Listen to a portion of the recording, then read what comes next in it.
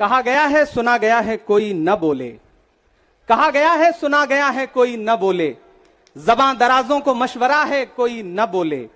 अजीब लुकनत पसंद हाकिम से वास्ता है, अजीब लुकनत पसंद हाकिम से वास्ता है, जो चाहता है जो सोचता है कोई न बोले। हमारी दाईं तरफ इस सदी का सबसे बड़ा फकीर सोया हुआ है। मैं उनकी समाधि से बिल्कुल करीब खड़ा होकर के संकल्प सत्याग्रह में मेरी आंखों के सामने तपती दोपहरी में बड़ी तादाद में मौजूद कांग्रेस पार्टी के सिपाहियों को सलाम करता हूं। नवरात्रि चल रही है, रमजान चल रहा है, मैं रोजे की हालत में हूं। आप तमाम साथी ऐसे होंगे जिन्होंने नवरात्रि के व्रत रखे होंगे और इस पवित्र सप्ताह के बीच में हम खड़े हैं एक हाकिम की सनक के से उपजे हुए एक फैसले के खिलाफ। दोस्तों, भारत के लोकतंत्र के लिए एक मुश्किल लम्हा है ये। याद करिए, जब हाकिम की सनक की वजह से आप लाइनों में लग करके अपने पैसे बदलवाने के लिए बैंकों के साथियों से विनती कर रहे थे, चरौरी मिन्नत कर रहे थे, तब सबसे बड़ी आवाज बन के कौन बोल रहा था? राहुल गांधी। नतीजा क्या निकला? उनकी एसपीजी सुरक्षा वापस ले ली गई। याद करिए, जब गब्बर सिंह टैक्स लगा करके छोटे व्यापारियों को बर्बाद करने का सपना पाला था इस सरकार ने, तो सबसे मजबूत आवाज बन के कौन बोल रहा था? राहुल गांधी। नतीजा क्या निकला? हजारों करोड़ रुपए खर्च करके उनके पीछे ट्रोल आर्मी लगा दी गई। उनकी इमेज खराब करने के लिए जितने तरीके अपना सकती थी भारतीय जनता पार्टी उसने अपनाया। याद करिए कि जब राफेल के मुद्दे पर राफेल में हुई लूट के खिलाफ एक अकेला शख्स पूरे देश में खड़ा होकर के चौकीदार से पूछ रहा था कि आपकी चौकीदारी का सवाल है, बताइए सच्चाई क्या है, तब उनके पीछे 55 घंटे उन्हें ईडी के ऑफिस में बिठा करके पूछताछ की गई। मेरे भाई, उस शख्स ने क्या गुनाह किया? क्या कसूर है उनका? उनका कसूर इतना है कि जब देश में नफरतें सर चढ़ करके बोल रही थी तो उस शख्स ने कहा कि मैं भारत जोड़ने के लिए अपने पैर के छालों की परवाह किए बगैर 4000 किलोमीटर चलूंगा। यह कसूर है राहुल गांधी का। यह कसूर है राहुल गांधी का कि वह एक शहीद पिता के बेटे हैं। यह कसूर है उनका। यह कसूर है उनका कि उनकी दादी ने इस देश की मिट्टी के लिए अपने खून का एक एक कतरा कुर्बान कर दिया। यह कसूर है उनका। आज भारतीय जनता पार्टी के लोग हाउस में खड़े होकर के सदन शुरू होते ही 1 मिनट भी सदन नहीं शुरू हुआ रहता था और खड़े होकर के राहुल गांधी माफी मांगो के नारे शुरू कर देते थे। किस बात की माफी? क्योंकि वो भारत जोड़ रहे हैं, वो लोकतंत्र को बचाने की बात कर रहे हैं। अरे भाजपाइयों, माफी तो आपको मांगनी चाहिए। 15 लाख के झूठे जुमले के लिए माफी मांगो, बढ़ती हुई महंगाई के लिए माफी मांगो, अच्छे दिन के झूठे वादों के लिए माफी मांगो, लोकतंत्र को कुचलने के लिए माफी मांगो, महंगाई के खिलाफ माफी मांगो, 400 का सिलेंडर 1100 रुपए करने के लिए माफी मांगो, 58 रुपए का पेट्रोल 100 रुपए का करने के लिए माफी मांगो, हिंदू को मुसलमान से लड़ाने के लिए माफी मांगो, सिख को ईसाई से लड़ाने के लिए माफी मांगो। माफी तो तुम मांगो। और अगर तुम ये कहते हो कि राहुल गांधी ने विदेश में जाकर के भारत का अपमान किया, तो प्रधानमंत्री जी, मैं आपसे पूछना चाहता हूं कि जब दोहा में, शंघाई में, कैलिफोर्निया में, अमेरिका में खड़े होकर के आप कह रहे थे कि भारत तो सपेरों का देश है, भारत में पैदा होना तो पाप है, प्रधानमंत्री जी, माफी तो आपको मांगनी चाहिए। मैं आज प्रियंका दीदी को सुन रहा था, मेरी आंखों में आंसू थे उनका भाषण सुन करके। पिछले कुछ हफ्तों में 2 बार मेरी पलकें नम हुई। पहली बार तब हुई जब हम संसद भवन से तमाम सांसद निकल रहे थे और एकाएक हमने सीपीपी ऑफिस में देखा कि राहुल गांधी जी को 2 साल की सजा दे दी गई। उन लम्हों में मेरी आंख में आंसू थे। मैं शायर हूं तो मैं भावुक हूं, शायद इसलिए मेरी आंखें नम हो जाती हैं ऐसे लम्हों में। आज जब प्रियंका जी बोल रही थी तो मैं उन्हें सुन करके भी मैं नम हो गया। यह जुल्म है कि जुल्म को कहता हूं साफ जुल्म। यह जुल्म है कि जुल्म को कहता हूं साफ जुल्म। क्या जुल्म कर रहा हूं? मुझे मार दीजिए।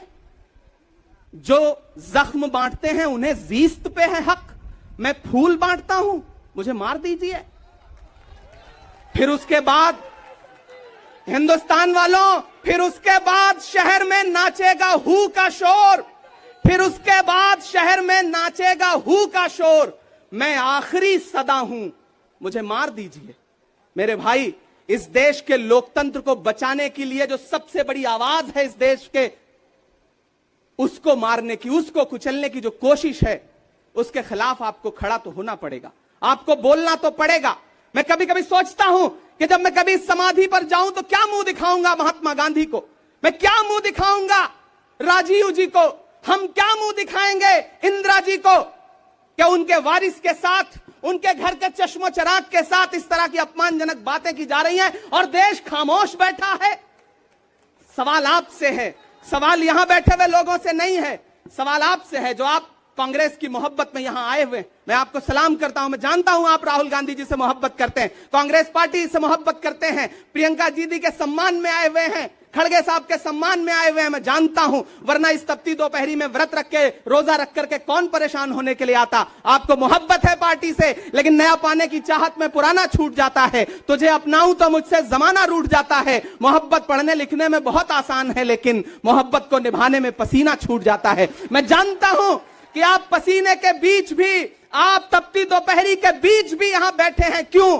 क्योंकि आपके मन में पीड़ा है, आप देख रहे हैं कि लोकतंत्र को किस तरह से कुचला जा रहा है। मेरे भाई, ये एक मुश्किल वक्त है। मैं इस मंच पर खड़ा होकर के, गांधी समाधि के इस मंच पर खड़ा होकर के पूरे देश का आह्वान करता हूं कि अब समय राहुल गांधी के सत्याग्रह का नहीं है। अब राहुल गांधी जी से आगे बढ़ करके देश के एक एक व्यक्ति के ऊपर बात आ गई है। एक ऐसी आवाज जो आपके लिए संसद में बोल रही थी, कसूर क्या था? उन्होंने प्रधानमंत्री जी के भ्रष्टाचारी मित्रों के खिलाफ आवाज उठाई। उन्होंने पूछा कि 20,000 करोड़ रुपया कहां से आया अडानी की कंपनियों में। उन्होंने पूछा कि नीरव मोदी ने, ललित मोदी ने, मेहुल चौकसी ने जो इस देश को लूटा है, उसका जवाब प्रधानमंत्री जी को देना पड़ेगा। अगर प्रधानमंत्री जी इतना कहने से आप राहुल गांधी जी की सदस्यता ले लेंगे तो हम तमाम सांसद तैयार हैं, ले लीजिए हमारी सदस्यता, लेकिन हम रुकने वाले नहीं हैं, हम झुकने वाले नहीं हैं, हम मुसलसल बोलते रहेंगे। मैं हिंदुस्तान के लोगों से कहना चाहता हूं कि हमने सहराओं में हासिल किया आसानी से,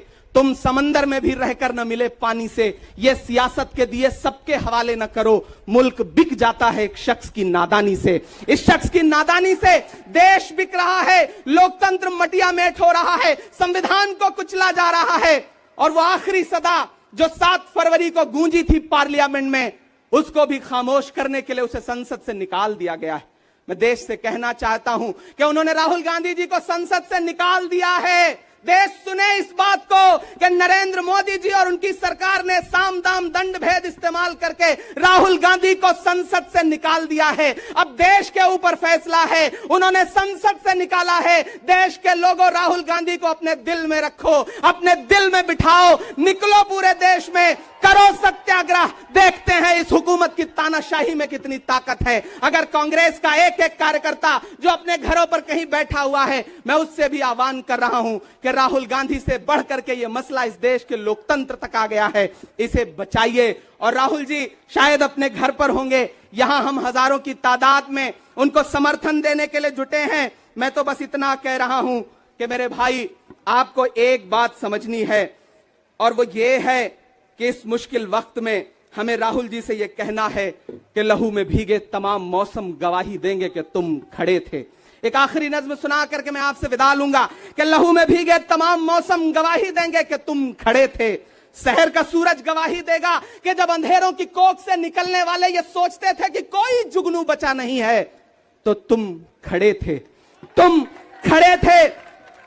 तुम्हारी आंखों के ताकचों में जलती मशालों ने नई मनाजिल हमें दिखाई। तुम्हारे भाई, तुम्हारी बहनें, तुम्हारी माएं, तुम्हारी मिट्टी का जर्रा जर्रा गवाही देगा कि तुम खड़े थे।